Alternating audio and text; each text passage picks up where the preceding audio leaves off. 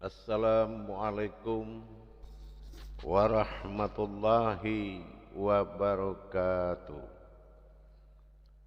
Alhamdulillah, alhamdulillahi rabbil alamin. Assalatu wassalamu ala asrafil anbiya'i wal mursalin,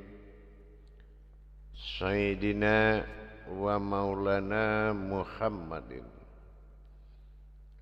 Ashhadu an la ilaha illallahul malikul haqqul mubin, wa ashhadu anna Muhammadan abduhu wa rasuluhu was-sadiqul wa'dal amin. Allahumma sholli wa sallim wa barik wa karim ahzanul nabiyil karim, ihdinil ladzi min jalalika wa innal ladzi min jamalika wa innahu min kitabika wa tahirin wal mujahidina amma ba'du ibadullah wa ittaqullah. Bersyukur kita kehadirat Allah dengan mengucapkan alhamdulillahi rabbil alamin atas segala limpahan karunia rahmah dan hidayahnya, serta dengan izin dan ridhonya juga kita dapat menjalankan amanahnya, beramal dan beribadah zahir batin dunia dan akhirat. Bersalam kita tidak akan pernah kita lupakan. Marilah sama-sama kita panjatkan puji dan salam kita kehadirat Allah Subhanahu wa ta'ala, tentunya dengan mengucapkan alhamdulillah yang tak terhingga dalam petunjuk, masa hidayah, masa karomah, serta isyarah-isyarah yang didatangkan baik dalam dugaan maupun tidak terduga. Bersalam kita terhadap junjungan kita yang mana tidak akan pernah kita lupakan. Marilah sama-sama kita sampaikan puji dan salam kita kepada beliau, junjungan kita Nabiullah akhir zaman, Rasulullah Muhammad sallallahu alaihi wasallam. Atasnya kalimahnya kita kalamkan dengan membacakan Allahumma sholli ala sayyidina Muhammad wa ala alihi sayyidina Muhammad. Alhamdulillah, bertemu lagi dengan saya Guru Mursyid Syekh Nur Muhammad Buya Irwan Maulana Al-Khalidi, tentunya dari Pasaman, Sumatera Barat, Indonesia, yang selalu berbagi wawasan dan ilmu pengetahuan demi meningkatkan iman dan takwa kita, agar sampai hendaknya perbuatan zahir batin kita ini kehadirat Allah Subhanahu wa ta'ala.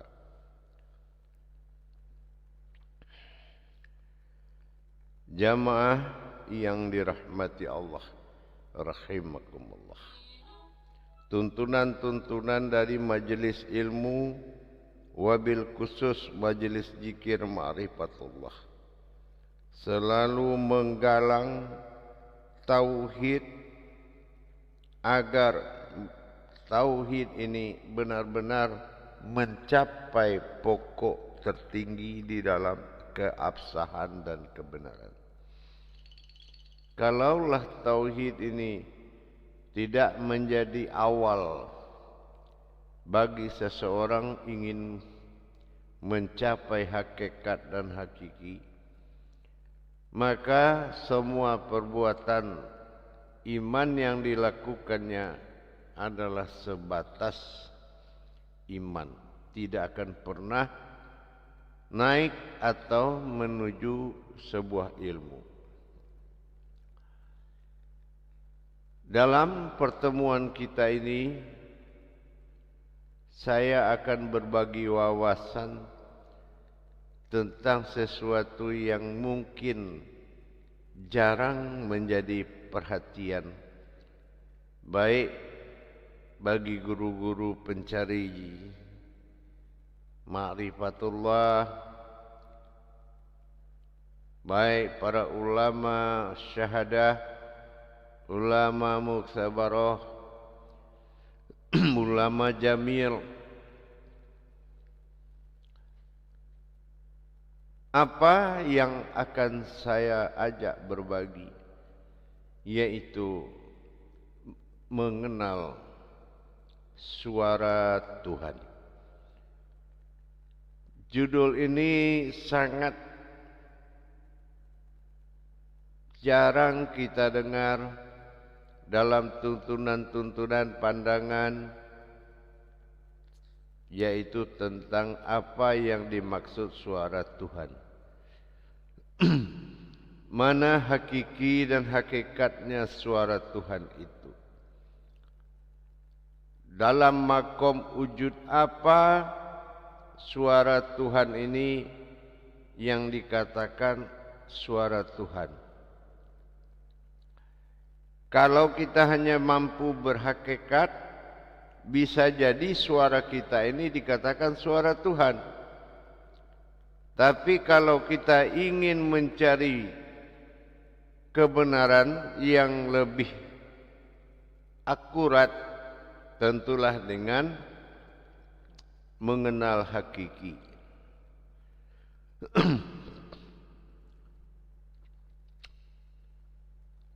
Pengenalan hakiki adalah suatu pemahaman tertinggi, yang mana yang mendengarkan pemahaman tertinggi itu wajib bersifat sami'na wa takhna, patuh apa yang didengar, taat apa yang disampaikan. Sulit memang untuk menjadi sebuah bahasan kalau kita sudah bercerita tentang Tuhan. Mengatakan suara Tuhan harus ada dasar-dasar makom yang membenarkan. Meyakini Tuhan bukan dengan segala cara, baik itu dari sisi petunjuk, kodrat, hayat, batin, sir, wujud, dan lain-lain. Semua harus memiliki dasar. Dasar yang dimaksud di sini adalah kebenaran pencarian tersebut. Mungkin sangat tidak masuk akal kalau suara Tuhan itu ada, dan sangat tidak mungkin diakui terdengar suara Tuhan. Padahal apapun yang kita alami, kita dengar, kita lihat, Allah bilang disinilah aina min wa aina innahu min aina. Itu adalah yang mana aku sudah ada sebelum itu semua ada. Jadi mencari kebenaran Tuhan bukan kepada yang sudah ada, tetapi yang ada sebelum adanya sesuatu. Dia sudah ada sebelum semua ada. Ini mencari kebenaran Tuhan. Kalau kita mencari suara Tuhan, bukanlah kita dengar dengan telinga. Bukan juga kita dengar dengan iman. Tetapi suara itu akan mutlak berlaku pada diri seseorang. Dan orang itu telah menyatakan yang sebenar-benar dia itu mendapatkan sebuah suara yang membuat dia bersuara untuk menyampaikan. Biasanya ini terjadi kepada orang yang sudah larut di dalam ketentuan Tuhan dan hilang dalam ketentuan umat. Kita bisa berbicara dengan diri sendiri.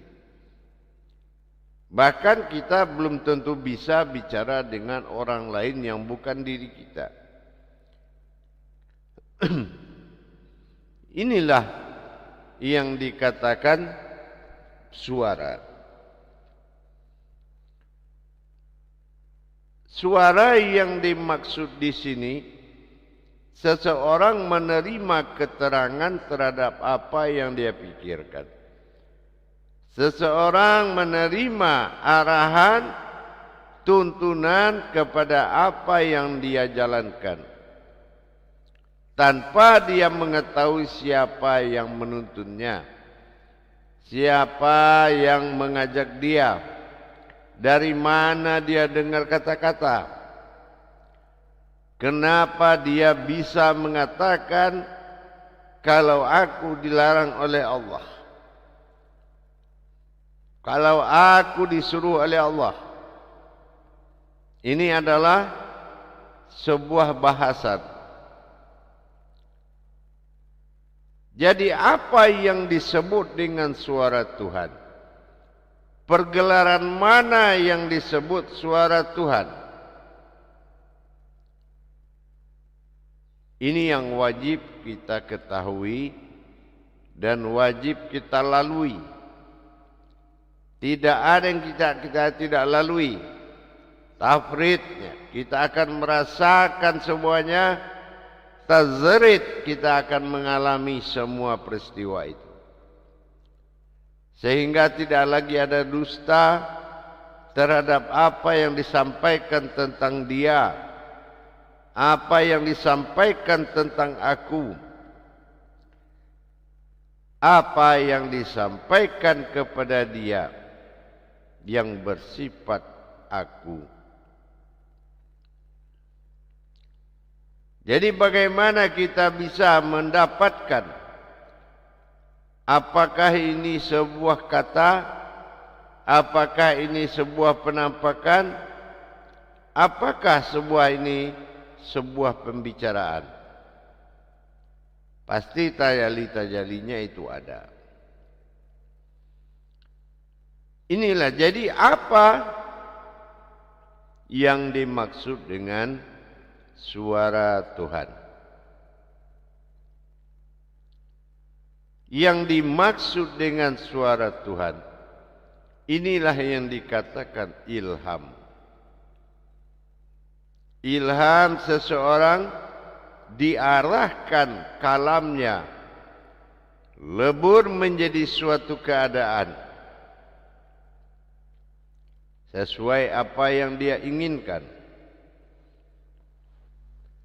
Maka gejolak hati yang paling halus, gejolak naluri batin yang paling kuat, yaitu batin yang bisa menerjemahkan makna melalui apa yang dia rasakan. Mengalami wahyu pada diri. Mengalami wahyu pada diri tentu dengan menjalankan hubungan sir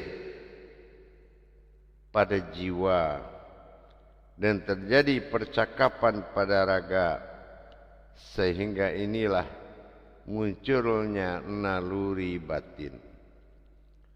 Siapa yang dikatakan naluri batin adalah singgasana Tuhan, nurnya Muhammad dalam penampakan sifat, sehingga rasa dengan sifat ini akan selalu berkomunikasi dan selalu waspada, karena dia harus menjaga martabat Allah Tuhan yang Maha Esa, jangan sampai terhina di kalangan umat. Jadi apa yang dikatakan suara Tuhan? Berdirinya rahasia besar yang disebut dengan kalam, yang disebut dengan ilham. Jadi kalau kita dengar orang itu dapat ilham, artinya apa yang dia ucapkan akan mustajab. Apa yang dia ucapkan akan berlaku. Apa yang dia ucapkan pasti terjadi. Ini namanya orang yang mendapat ilham. Dia tidak menyiapkan dirinya untuk berkata-kata, tapi kata-kata itulah yang muncul menjadi sebuah kata-kata bagi alam diri. Itu yang dikatakan ilham. Nah, seperti yang pernah kita sampaikan pada tayangan yang lalu. Kalau kodrat yang betul-betul sampai ke hadirat Allah adalah kodrat yang hakiki dari kodrat hakikat. Ini yang dimaksud dengan petunjuk atau isyarah. Kemarin insya Allah kita sudah membahas bagaimana kita mendapatkan tajalli la'aduni. Tapi sekarang bagaimana kita berwawasan tentang sebuah tajalli Allah, yaitu sebuah kodrat. Kalau dalam perjalanan kodrat ini penuh dengan keumatan, disinilah ketidakpuasan, ketidaksenangan akan muncul waktu itu juga, yang akan merusak pemahaman hakikat atau hakiki yang kita alami. Jamaah yang dirahmati Allah, rahimakumullah. Jadi dengan kita memahami suara Tuhan itu adalah ilham, berarti dia berbicara pada naluri hati yang paling dalam, sehingga jiwa merubah kata-kata dan meluncurkan kata-kata itu agar terzahir maju, sehingga dia tidak takut lagi untuk menjawab sebuah pertanyaan. Jamaah yang dirahmati Allah, dengan kita mulai menyadari ilham itu adalah kata-kata Tuhan, naluri terdalam dalam kerahasiaan, maka kemudahan adalah suatu janji yang pasti terjadi.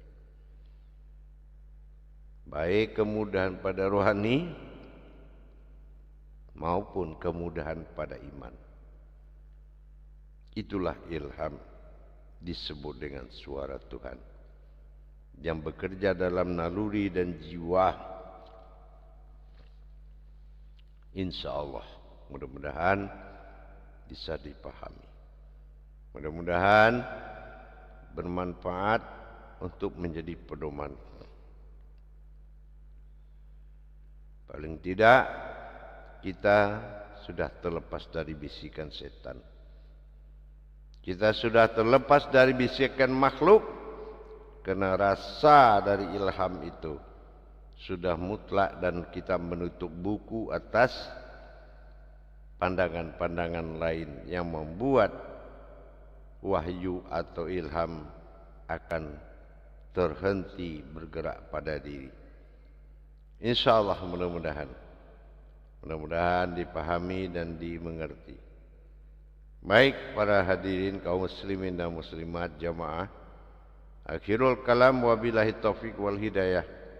Assalamualaikum warahmatullahi wabarakatuh.